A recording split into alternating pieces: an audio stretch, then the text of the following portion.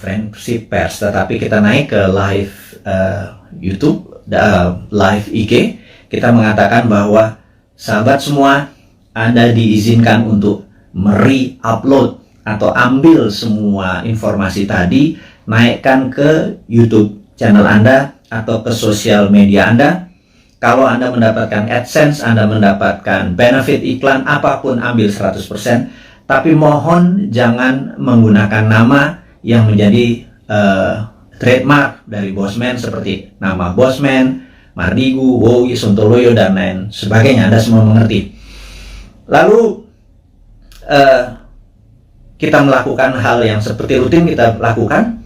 Kita memberikan pelajaran-pelajaran yang mungkin lebih spesifik.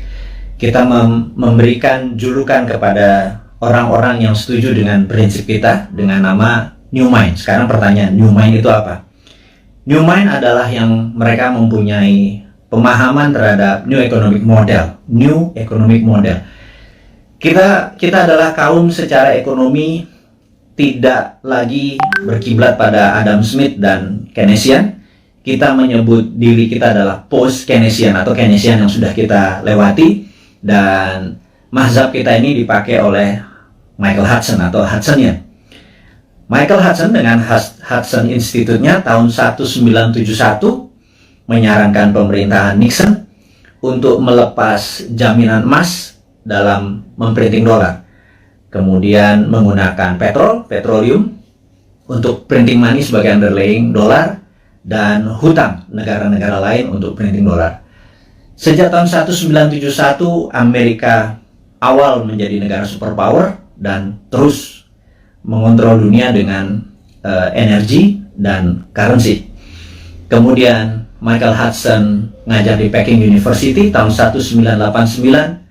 Partai Komunis Cina mengadopsi Hudsonian atau post-Keynesian sebagai platform ekonomi dalam negerinya. Dan dua negara tersebut sukses dalam 20 tahun dari 89 ke 2008, di mana adalah Olimpiade Beijing waktu itu. Dunia tercengang dalam 20 tahun saja. China atau Tiongkok sudah menjadi negara sangat besar atau superpower. Dan dua negara tadi, Amerika dan Tiongkok, menggunakan New Economic Model berbasis ajaran dari Michael Hudson yang saat ini yang terkenal adalah muridnya namanya Stephen Carlton.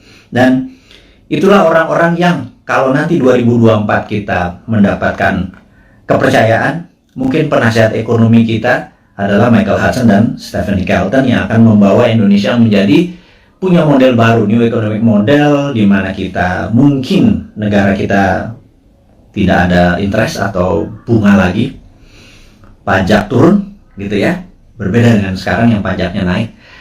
Hal ini adalah karena kita New Economic Model. Jadi New Economic Model kita menyebut diri kita sebagai New Mind. Kemudian New Mind memahami apa yang namanya geopolitik. Geopolitik adalah sebuah kekuatan geografi dari negara kita untuk kekuatan berpolitik terhadap negara-negara lain. Jadi saat ini misalnya kekuatan geografi kita untuk politik untuk menekan Singapura, menekan ASEAN, menjadi kekuatan di tengah, memanfaatkan Selat Malaka untuk keuntungan ekonomi. Saat ini tidak dilakukan selama 20 tahun pemerintahan yang ada. Kenapa saya sebut 20 tahun? Karena 20 tahun adalah ukuran yang harus kita patokan. Jadi Dubai dibangun dalam 20 tahun, Beijing dibangun 20 tahun, Tiongkok, kemudian banyak negara yang dalam 20 tahun menjadi negara besar. Jadi kita tanya sekali lagi, Ibu Mega, alhamdulillah Anda sudah 3 tahun menjabat sebagai presiden ke-5, kemudian Pak SBY selama 10 tahun, terima kasih Anda sudah 10 tahun membawa negara ini. Kemudian terakhir adalah saat ini Pak Jokowi dengan 7 tahun, jadi total sudah 20 tahun. Pertanyaan dari kaum New Mind kepada Anda semua yang kami menganggap tidak berbeda haluan ekonominya, kita bicara ekonomi dulu ya, adalah tidak berhasil membawa Indonesia untuk menjadi negara superpower. Dan kemudian tahun 2024 ada 3 informasi yang kita bisa share. Nomor satu adalah ada isu bahwa akan diperpanjang 3 masa jabatan. Jadi incumbent bisa men-challenge lagi dirinya. Dan di sini saya ragu apakah nanti tahun 2024 Anda menang juga gitu ya. Tapi nggak apa-apa, itu adalah fair fight. Jadi kalau kita nih kaum New Mind mendadak nanti challenge-nya dengan incumbent, mungkin menarik karena kita menang atau kalah pun dari yang the best gitu ya. Kemudian ada isu kedua yaitu tidak 3 kali masa jabatan tetapi ditambah 3 tahun. Seperti halnya waktu itu FDR, Franklin Delano Roosevelt, karena Perang Dunia Kedua terjadi di Amerika, dia harus memperpanjang jadi 4 kali. Jadi satu-satunya presiden yang 4 kali masa jabatan dikarenakan di extend jabatannya. Jadi minta di extend 3 tahun karena mungkin tahun 2020, 2021, 2022 masa pandemi ini tidak perform, jadi minta jabatan 3 tahun. Dan baik itu jabatan 3 tahun ditambah, walaupun nanti 5 tahun lagi, 5 tahun lagi, atau 3 kali masa jabatan, itu keduanya harus MPR putuskan dan DPR. Jadi saya yakin Anda bisa lakukan karena DPR saat ini sudah Anda kuasai, ditambah PAN bergabung, jadi udah 82% suara Anda. Pasti Anda bisa ubah ini semua semau-mau dan sependapat Anda. Nggak apa-apa, itu free fight, itu pasar bebas, itu adalah demokrasi, kita nggak perlu marah. Selama ini adalah kemufakatan dari beberapa pejabat di atas sana. Jadi selama kita bisa bertanding nanti di 2024 ya kita nggak apa-apa juga, mau itu 3 kali masa jabatan. Tapi kalau diperpanjang 3 tahun itu berbeda gitu ya. Kita akan bertemu di 2027 gitu ya. Nah, dengan masuknya PAN kayaknya konstelasi politik bergeser. Apakah PAN masuk kabinet seperti informasi yang kita ketahui, apakah Pak Zul masuk atau Mas Trisno Bahir masuk, mungkin Menko Kesra, saya nggak tahu, saya cuman mengira-ngira aja. Kemudian Pak Hadi, Panglima kita yang mendekati masa pensiun, apakah dia masuk kabinet atau penggantinya di Panglima bisa Pak Andika dari darat. Kalau ini merasa darat lagi mungkin Angkatan Laut yang masuk, dan Pak Andika bisa juga digeser ke BIN. Apapun itu, tujuannya saya tahu bagaimana, atau kita tahu bagaimana membuat negara Indonesia ini berdaulat. Saya tidak menentang, atau kami New Mind tidak menentang. Yang jadi pertanyaan adalah apakah kalian bisa membuat negara Indonesia menjadi negara superpower di tahun 2045 atau 24 tahun dari sekarang. Jadi apapun itu, kita lihat langkahnya hanya menaikkan pajak, kemudian berhutang, dan membangun hal-hal yang menurut beberapa orang tidak produktif. Kalau jalan tol, infrastruktur oke lah, walaupun dalam sebuah buku yang saya lupa currency, saya nanti inform si Bolat ini, dia menyatakan bahwa jangan mimpi membangun negara hanya bersandar pada infrastruktur, jadi harus holistik. Jadi ada infrastruktur statis, infrastruktur dinamis, dan saat ini dianggap hanya infrastruktur statis yang diam seperti jalan tol, jembatan, pelabuhan, dan lain sebagainya. Harusnya infrastruktur dinamis juga dibangun. Tapi ada hal yang menurut kami adalah hal yang tidak produktif, adalah membangun ibu kota pindah ke Penajam. Dan ini produktifnya di mana kita nggak tahu gitu ya. Tapi yang jelas itu bukan hal yang penting, karena bagi orang seperti saya atau kaum New Mind ini yang sangat percaya pada kedaulatan sebuah bangsa, Penajam itu sangat lemah sekali jika ada serangan dari negara lain.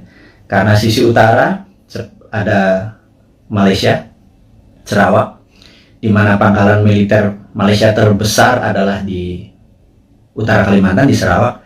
Kalau menyerang Penajam kurang dari setengah jam, bawa bom pesawat pembom merata tanah, dan kita nggak punya perlindungan sama sekali. Jadi saya pikir membangun Penajam, membangun ibu kota, nomor satu adalah harusnya membangun pangkalan militer terlebih dahulu. Pangkalan angkatan lautnya digeser dulu, pangkalan angkatan udara digeser dulu, kemudian darat dan kepolisian harus dipersiapkan dulu, infrastruktur harus disiapkan dulu, baru ibu kotanya. Jangan dibangun gedungnya dulu. Begitu saya jadi presiden nanti tinggal dibom sama Malaysia, kan gerah kita. Jadi saya rasa sudahlah, jangan nanti jadi hambalang penajam itu lupakan. Ini saran dari New Mind. Wahai yang terhormat kepala negara, jangan dilanjutkan. Kita mengutamakan adalah masalah pandemi dulu gitu ya. Nah, kita masuk ke topik berikutnya adalah masih topik yang pertama adalah yang jelas YouTube channel kita kemudian diserang lagi berkali-kali sampai kita bingung. Maksudnya bingung nih gini. Kita kan punya channel di Santara dengan tagline UKM menang, kemudian Dinaran Official dengan tagline Rupiah menang. Kalau Bosman Mardigu tagline-nya adalah Indonesia menang, Indonesia menang. Jadi kita memasang cerita karena selama di takedown tidak boleh upload, kita menaruh informasi di Dinaran Official dan di Santara.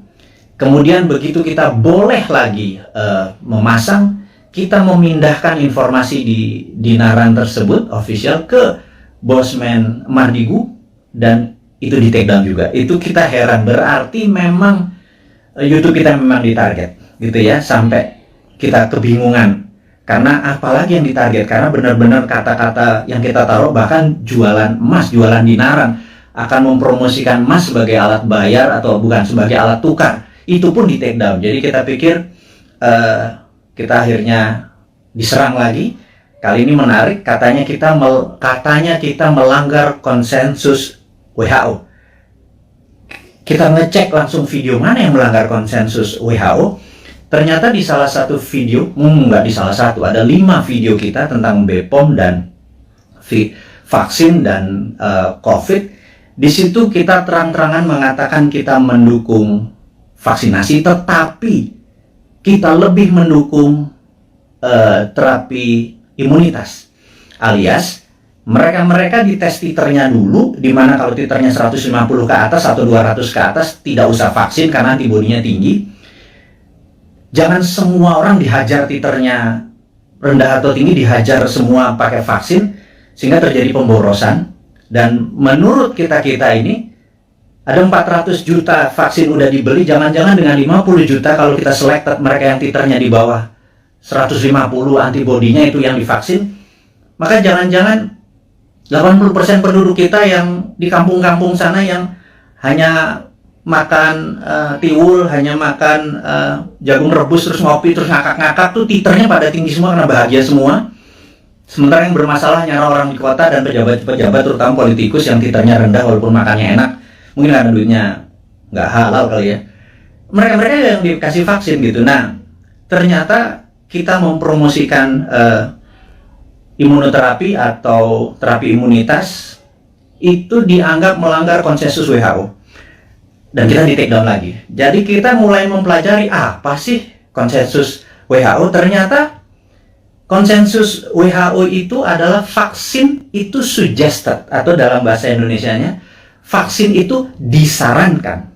Sementara kayaknya pemerintah kita kayaknya, sekali lagi ya, mohon maaf nih, kayaknya kalau Anda marah, Anda geeran atau Anda baperan. Kalau baperan jangan jadi pejabat ya. Jadi kayaknya di Indonesia vaksin itu mandatori, diwajibkan. Sementara WHO hanya suggested atau menyarankan. Jadi di sini kita ada sedikit pertanyaan, kita tidak melanggar konsensus WHO, tapi mungkin melanggar mandatori atau perintah dari pemerintah saat ini. Sekali lagi kita bukannya tidak mendukung, tapi kita punya preference. Karena sahabat saya, seorang profesor yang saat ini mengajar di Cornell University, beberapa minggu yang lalu, mungkin beberapa hari yang lalu, 3 minggu yang lalu, mengatakan kalau vaksin adalah sebagai single bullet proof untuk menang melawan COVID, itu halu. Jadi dianggap delusion. Jadi menurut beliau, kalau kita menganggap atau kita berpikiran bahwa untuk menang melawan virus corona ini, vaksin adalah satu-satunya single bullet proof, itu delusion. Jadi itu kata-kata sebenarnya cukup sadis gitu ya. Karena sebenarnya ada banyak cara untuk selain vaksin. Taliban itu nggak pakai vaksin, nggak pakai masker tuh, nggak ada yang satupun yang kena. Taliban, COVID-nya takut sama Taliban, itu aja berpikir sangat sederhana. Nah, jadi sahabat semua, akhirnya kita singkatnya adalah di take down forever, permanen. Jadi mendengar hal itu terjadi, RIP, rest in peace, kita dalam waktu 4 jam langsung membuat Bosman Mardigu official. Dan entah bagaimana, tahu-tahu ada 5-6 akun mirip-mirip, ada Mardigu Wowi official, Mardigu Bosman Mardigu unofficial, apapun itu. Saya minta dengan segala kerendahan hati dan dengan segala hormat Anda untuk mengganti dengan nama, jangan pakai trademarknya Bosman. Sekali lagi saya dengan hormat memohon Anda untuk mengganti, karena saat ini orang begitu membuka akun tersebut menjadi tidak terdistract gitu ya dengan penampilan Anda tersebut. Saya tahu niat Anda baik, tetapi saya sudah wanti-wanti, jangan pakai nama trademarknya Bosman, tapi videonya Anda upload, Anda re-upload, Anda share, Anda berhak atas itu semua. Tidak ada hak paten atau right yang saya tuntut, tidak ada. Tetapi jika ada orang keberatan, sayalah keilmuan tersebut yang akan dipertanyakan. Jadi Anda tidak akan bertanya. Jadi sekali lagi saya mohon maaf untuk Anda. Saya minta dengan segala hormat untuk mengganti channel tersebut sehingga Bosman Mardigu official adalah satu-satunya akun.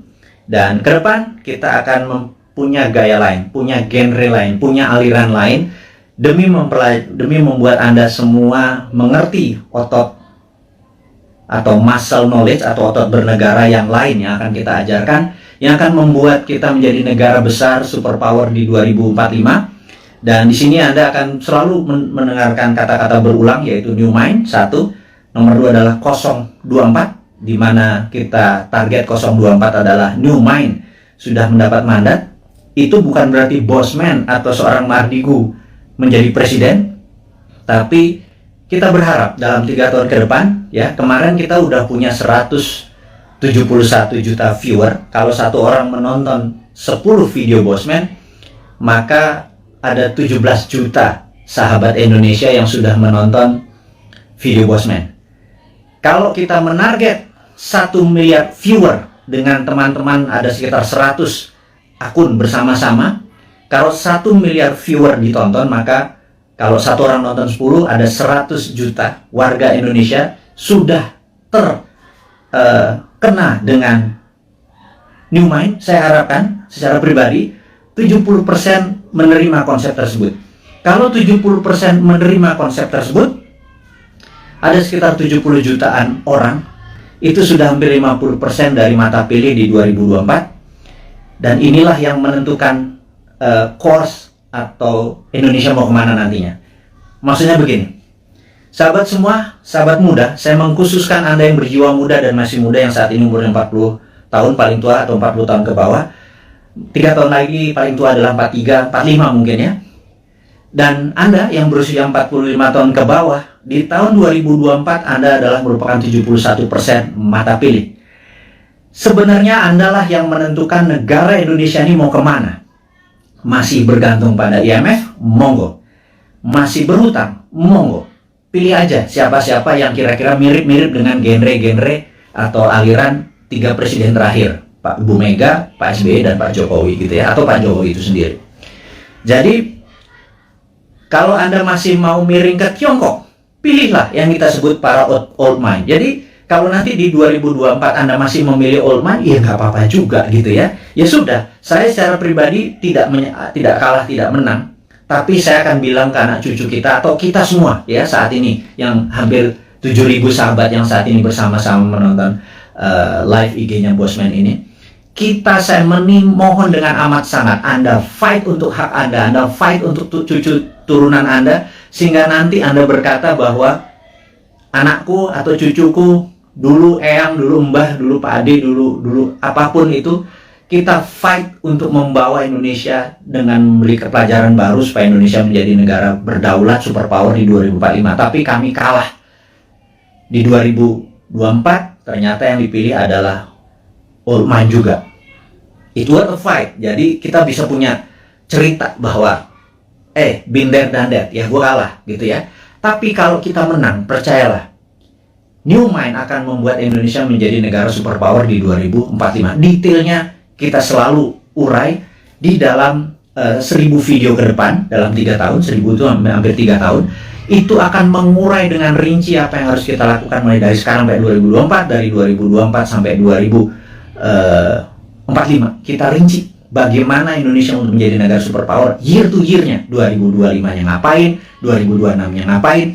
Saya tidak yakin bahwa satu orang pun yang saat ini mencalonkan atau ingin menari menjadi presiden atau menjadi wakil presiden di 2024 punya konsep untuk membuat Indonesia menjadi negara superpower. Saya ragukan itu.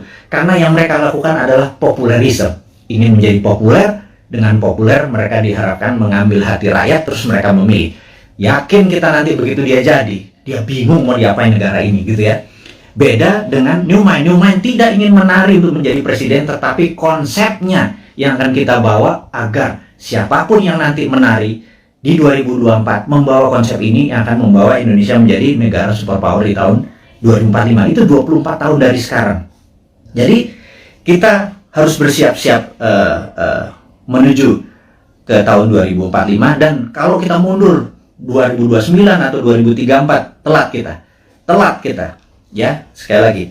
Nah, sahabat semua, jadi saya rangkum sesi pertama, yaitu mengingatkan untuk Anda mensubscribe Bosman Mardigu Official, dan tolong sebar dan viralkan. Kemudian isinya mau di re-upload di YouTube channel Anda atas nama Anda pribadi, monggo. Karena kita akan fight dalam jangka panjang, dan jangan lupa Anda harus mempromosikan Anda punya YouTube, IG tadi, dan lain sebagainya. Karena jangan Anda menunggu bola, Anda hanya menggunakan video Bosman harus terus mengharapkan orang nonton, kemudian mengharapkan AdSense. Nggak bisa begitu. Anda harus berkeringat untuk apapun yang Anda dapat. Anda promosikan video-video tadi di video YouTube channel atau sosial media Anda. Dan tadi pagi saya heran, saya naikkan sesuatu di IG ini saya agak sedikit deg-degan. Karena di Agustus kemarin 5 kali kita diperingati. Bahkan kita ada kata-kata ganyang koruptor, itu di take down. Itu cukup kaget saya. Jadi rupanya apapun yang ditulis, di caption oleh Bosman, bahkan video dari orang lain yang penontonnya cuma 300, kita ambil, kita upload di tempat Bosman. Toto dalam 1 jam ada 100.000 viewer. Captionnya kita mungkin berbeda dengan yang lain, Toto di take down. Jadi tadi pagi di take down lagi, cukup kaget saya. Dan kalau itu di take down lagi membuat resiko IG kita yang 2,1 juta follower ini juga beresiko seperti 1,5 juta subscriber dari YouTube. Jadi, tapi apakah kita akan give up atau menyerah? Sahabat semua, perjuangan kita tidak akan pernah menyerah walaupun kita mulai dari nol lagi, tetapi ilmu-ilmu kita dan ini pelajaran-pelajaran kita akan terus berikan. Kita tidak melawan, tetapi kita akan bekerja dengan dengan semangat kaum New Mind. New Mind itu nggak ada matinya. Die hard New Mind itu nggak ada matinya. Nah, sahabat semua, kita akan membicarakan topik baru yang namanya long COVID. Jadi, sahabat semua, Anda tahu bahwa saya terpapar di bulan November tahun lalu. Kemudian 9 hari saya di rumah sakit, kemudian pulang. Muscle saya bisa dikatakan shrinking atau mengecil hampir 10-20%, sehingga sejak bulan Januari saya ada personal trainer hanya untuk membuat muscle saya bergerak. Jadi Anda akan lihat ini saya agak kurus, muka saya agak tirus dan lain sebagainya, karena muscle saya hilang, asam amino saya seakan-akan dimakan oleh COVID tadi. Dan di sini ada hal yang baru, ternyata saya mengalami apa yang namanya long COVID. Dan alhamdulillah saat ini sedang mengalami terapi dengan stem cell dan growth factor. Ini yang saya akan menceritakan sedikit. Apa itu long COVID gitu ya.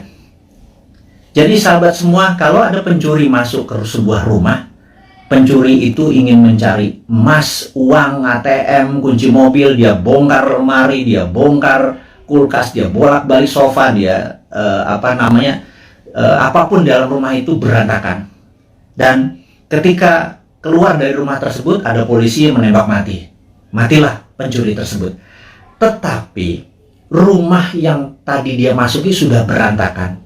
Itu dikatakan badai sitokin. Dan badai sitokin ini memakan waktu untuk penyembuhannya. Karena itu, efek ini disebut atau dinamakan long COVID. Sayangnya ini belum dipromosikan dengan detail dan banyak tentang long COVID.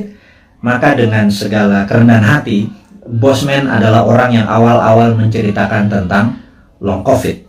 Jadi ada yang efeknya setelah 3-4 bulan, mereka mendapatkan rambutnya rontok. Atau lelo, agak lupa terus lemot otaknya. Ini kok gue ke lantai dulu mau ngapain ya gitu ya. Kemudian ada yang gulanya yang biasanya normal 100 toto menjadi 300. Atau asam uratnya naik, atau setiap malam berdebar-debar gitu ya. Sahabat semua, ada 4 juta saudara kita terpapar COVID dan menjadi penyintas, sudah sembuh dari COVID-nya. 50% katakanlah yang 2 juta itu menjadi normal kembali, tetapi yang 2 juta ini saat ini mengalami efek long COVID mulai dari yang kecil sampai yang severe atau yang parah. Dan sebagaimana kita ketahui bahwa 90% korban meninggal karena COVID-nya sudah negatif, alias kena badai sitokin atau organ-organ tubuhnya terkena pengaruhnya tadi. Jadi sahabat semua, bagaimana solusi long COVID ini gitu ya? Saya akhirnya sangat serius mendalami ini. Saya bergabung dengan beberapa dokter yang saya anggap mereka adalah pejuang-pejuang kesehatan. Kami memfokuskan dengan stem cell dan growth factor. Dan alhamdulillah, siapapun yang terkena COVID, kami injeksi, kami tidak minta bayaran. Siapapun yang terkena long COVID, kami injeksi, tidak meminta bayaran. Dan saat ini Anda bisa cek di YouTube channel yang nanti akan kita sebarkan dan di IG. Siapapun yang terkena ingin menggunakan stem cell dan growth factor, dan ini cukup mahal. 1 injeksi itu 1 juta rupiah, saya nggak peduli. Kita sudah hampir 3.000 orang kita lakukan dan alhamdulillah sudah hasilnya sangat positif dengan tingkat kesuksesan 98%. Ini akan kita promosikan besar-besaran sebentar lagi. Tentunya setelah kita masih terbatas, tapi ini adalah penyelidikan yang sudah 5 tahun berjalan. Kita gaspol, intinya adalah kita ingin berkontribusi. Kita harapkan 1 juta orang, entah itu yang terpapar atau kena long COVID, kita kasih free. Ini proyek agak utopia, agak gila sedikit, tapi itulah New Mind. Tidak minta sumbangan pemerintah, tidak minta sumbangan apapun, tetapi kalau Anda kami tolong, dan rambut Anda yang rontok tahu-tahu tumbuh kembali setelah beberapa kali diinjeksi, kami mohon dengan hormat, Anda gratis. Tapi kalau Anda mau berkontribusi untuk menolong sesamanya, terserah. Mulai dari 0 sampai tak terhingga, Anda lakukan pembayaran atau tidak sama sekali, kita nggak peduli, kita punya cara lain. Jadi intinya adalah stem cell dan growth factor ini akan menjadi senjata kita untuk menolong teman-teman yang long COVID. Saya tahu di antara 6.000 saat ini hampir 7.000 ada mereka yang jadi yang saat ini gue deg-degan kalau malam itu jangan-jangan long COVID karena gue udah penyintas COVID. Ini yang membuat gula gue naik, ini membuat dimmer gue naik dan lain sebagainya. Yuk kita diskusi lebih detail lagi tentang hal ini. Anda boleh DM atau nanti komen di IG kita atau di YouTube channel kita, karena kita akan merinci sekali lagi. Jadi ini berbeda sekarang YouTube-nya dengan YouTube yang dulu. Kita akan lebih banyak kontribusi ini, tapi bukan hadiah-hadiah, tetapi benar-benar ingin penyembuhan masalah COVID dan long COVID ini. Ini sedikit kontribusi dari kaum New Mind. Dan bagi mereka yang sehat, supaya tidak terpapar, kita adalah orang yang ingin imunitas kita tinggi. Kita ada imunulator. Ini juga free. Kita akan kasih semua orang. Ini berbahan baku juga ada stem cell dalam tanda petik yang kita keringkan dicampur dengan herbal. Ini juga gratis. Kalau Anda minta imunulator, kita kirim dimanapun, tapi ongkos kirimnya Anda tanggung. Kalau itu di luar Jakarta, kalau di Jakarta ambil sendiri. Nanti tempat-tempatnya kita kasih tahu, ada yang di Citos, ada yang di Senayan dan lain sebagainya. Itu detailnya.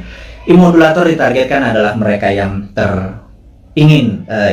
titernya atau antibodinya tinggi, atau mereka yang dalam proses penyembuhan setelah recover dari COVID. Sekali lagi, kita akan menyiapkan immodulator. Namun kalau long COVID tadi yang stem cell dengan growth factor, kita injeksi ke muscle atau daerah bokong gitu ya, akan kita masukkan. Oke, itu adalah informasi kedua, sahabat semua. Yang ketiga adalah sahabat saya, seorang profesor filosofi, guru besar universitas cukup terbesar di Jawa Tengah, tadi pagi menyatakan, Mas Mardigu, sampean ini memang gila katanya. Anda benar-benar mendeklar diri Anda sebagai Westphalian. Saya begitu dikatakan saya sebagai Westphalian ini saya tertawa. Karena bagi orang seperti saya, no need an explanation tentang apa itu Westphalian. Jadi, tapi saya yakin teman-teman yang masih muda di bawah 40 tahun, mungkin yang memahami Westphalian ini cuma 5-10%. Ya udah, saya review apa what the hell is Westphalian gitu ya.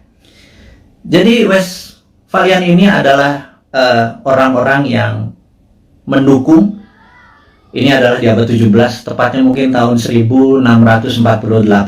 Ada Westphalian, sebuah kota yang sekarang di wilayah Jerman, Westphalia. Itu mengadakan treaty, perjanjian antara kaum monarki dengan nasionalis. Jadi disitulah masa keemasan awal kaum nasionalis yang nanti melahirkan demokrasi, dan masa suram dari kerajaan atau monarki. Dan sejak saat itu negara-negara Eropa perlahan-lahan monarkinya makin turun dan berakhir di Perang Dunia Pertama. Negara-negara menjadi nasionalis atau disebut nation state. Nation adalah negara, state adalah bangsa. Jadi negara bangsa adalah pemahaman Westphalian. Kemudian di Perang Dunia Pertama, Westphalian menguasai 80% dunia, monarkinya nggak sampai 20%. Kemudian di 1945 Perang Dunia Kedua ada 100 negara lahir dan semua adalah Westphalian, sehingga monarki menjadi mengecil. Tapi orang-orang monark ini melakukan memutasi. Mereka menjadi raja-raja seperti Rothschild, Oppenheimer dan lain sebagainya. Ada 13 raja-raja, keluarga raja-raja, dalam tanda petik bukan raja beneran tapi raja ekonomi.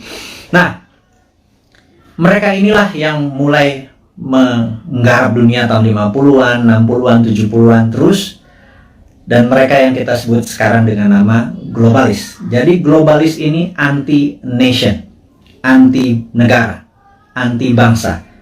Globalis hanya peduli pada NIK, nomor induk kependudukan. Mereka hanya peduli pada numbers dan sertifikasi. Jadi saya tidak menentang vaksin, saya menentang sertifikasi. Jadi ini jelas ya posisi saya ya. Saya anti sertifikasi, saya anti dimonitor, saya anti diikuti, dibedah. Kita kemana aja, masuk ke mall, keluar mall, masuk ke sini kita dibedah, kita diikuti dan ada nomor serinya. Itu adalah cita-cita globalis dari dulu. Kita sebagai kaum Westphalian yang nasionalis patriotik, kita menganggap bahwa mereka adalah common enemy atau musuh bersamanya. Dan globalis ini di belakang Tiongkok dan di belakang Amerika dan negara-negara lemah. Jadi kita takutkan negara tetangga ini sudah terpengaruh dengan globalis, sehingga kita kaum nasionalis, kaum Westphalian ini ya dibungkam, entah di YouTube-nya, entah di IG-nya, atau kita dibungkam karena mereka tidak ingin semangat nasionalis seperti yang Pak Karno promosikan menjadi penghalang kesuksesan mereka mensertifikasi dan memberikan numbers kepada penduduk dunia. Tapi kata-kata guru besar tadi tentang kita adalah Westphalian dan diserang untuk dibungkam membuat saya tertohok. Intinya adalah benar juga ya, jangan-jangan itu yang terjadi. Tapi apapun itu, kedepannya kita akan terus memberikan informasi kepada sahabat semua dimanapun Anda berada, dengan ilmu-ilmu kekinian yang tujuannya adalah Anda di tahun 2024 yang 71% ini, saya minta dengan hormat menentukan apakah Anda mau membuat Indonesia menjadi negara superpower di tahun 2045, atau Anda tetap ingin Indonesia menjadi negara mediocre seperti saat ini di tengah-tengah dan di track kena debt trap, kita nggak bisa kemana-mana, siapapun jadi presidennya, menjadi pemimpinnya, terborgol sampai tahun 2045. Anda bisa pilih itu semua, dan untuk itu saya mohon dengan amat sangat Anda promosikan ide-ide dari New Mind ini dengan siapapun. Kita challenge ilmu kita ini, kita lakukan studi lebih dalam lagi. Tujuannya adalah untuk membuat Indonesia berdaulat seperti kaum Westphalian atau nasionalis. Tapi kalau Anda memilih menjadi sama globalis, monggo juga 2024 kita memilih enggak, kita bukan nasionalis, kita setuju sama globalis, kita ikut Tiongkok, kita ikut Amerika, kita ikut IMF, kita ikut obor, kita ikut globalis, silahkan juga, itu ada pilihan Anda. Tapi saya secara pribadi menyatakan diri saya anti globalis, saya Westphalian, saya nasionalis, saya patriotis, dan saya harap mereka-mereka yang mengadopsi New Mind berpendapat bahwa kita anti bunga, deposito kita tidak ada bunga, rupiah kita berputar, dan salah satu transaksinya kita nanti bisa menggunakan alat tukar baru yang namanya emas, di mana cadangan deposito emas kita cukup besar yang bisa menjadi underlying dari transaksi menggunakan emas. Ini adalah prinsip-prinsip New Mind. Sahabat semua, kita sudah bersama-sama hampir 1 jam. Ada 3 topik hari ini yang kita diskusikan. Saya harap video ini bisa Anda tonton sekali lagi untuk memahami maksud-maksud kita ke depan. Kita tidak anti vaksin, kita anti sertifikasi, kita dukung pemerintah dengan vaksinasi, kita dukung dengan strategi menyelesaikan masalah long COVID dan COVID dengan saat ini kita menggunakan stem cell dan growth factor, dan itu sifatnya free, kita dukung. Jadi kita menganggap bahwa vaksin sebagai single bullet proof itu harus ada solusi lain, jangan satu-satunya vaksin, yaitu kita menggunakan solusi dengan stem cell dan growth factor. Yang kedua, kita mengingatkan ada yang namanya long COVID. Long COVID adalah efek setelah terpapar COVID yang saat ini kita duga ada 2 juta sahabat kita, mulai yang terkena dari yang paling ringan hingga yang paling berat. Dan ini akan kita gratiskan semua pengobatannya, dan nanti diskusinya kita ada di DM, di sosmed kita, atau nanti akan informasikan ke YouTube. Terus subscribe YouTube kita, perbanyak YouTube kita, informasinya semua ada di sana. YouTube kita akan menjadi baru, sosmed kita akan menjadi baru, dengan tujuan untuk menjadikan Indonesia baru. Akhirul kalam, saya ucapkan terima kasih atas perhatiannya, mohon maaf lahir batin. Wassalamualaikum warahmatullahi wabarakatuh.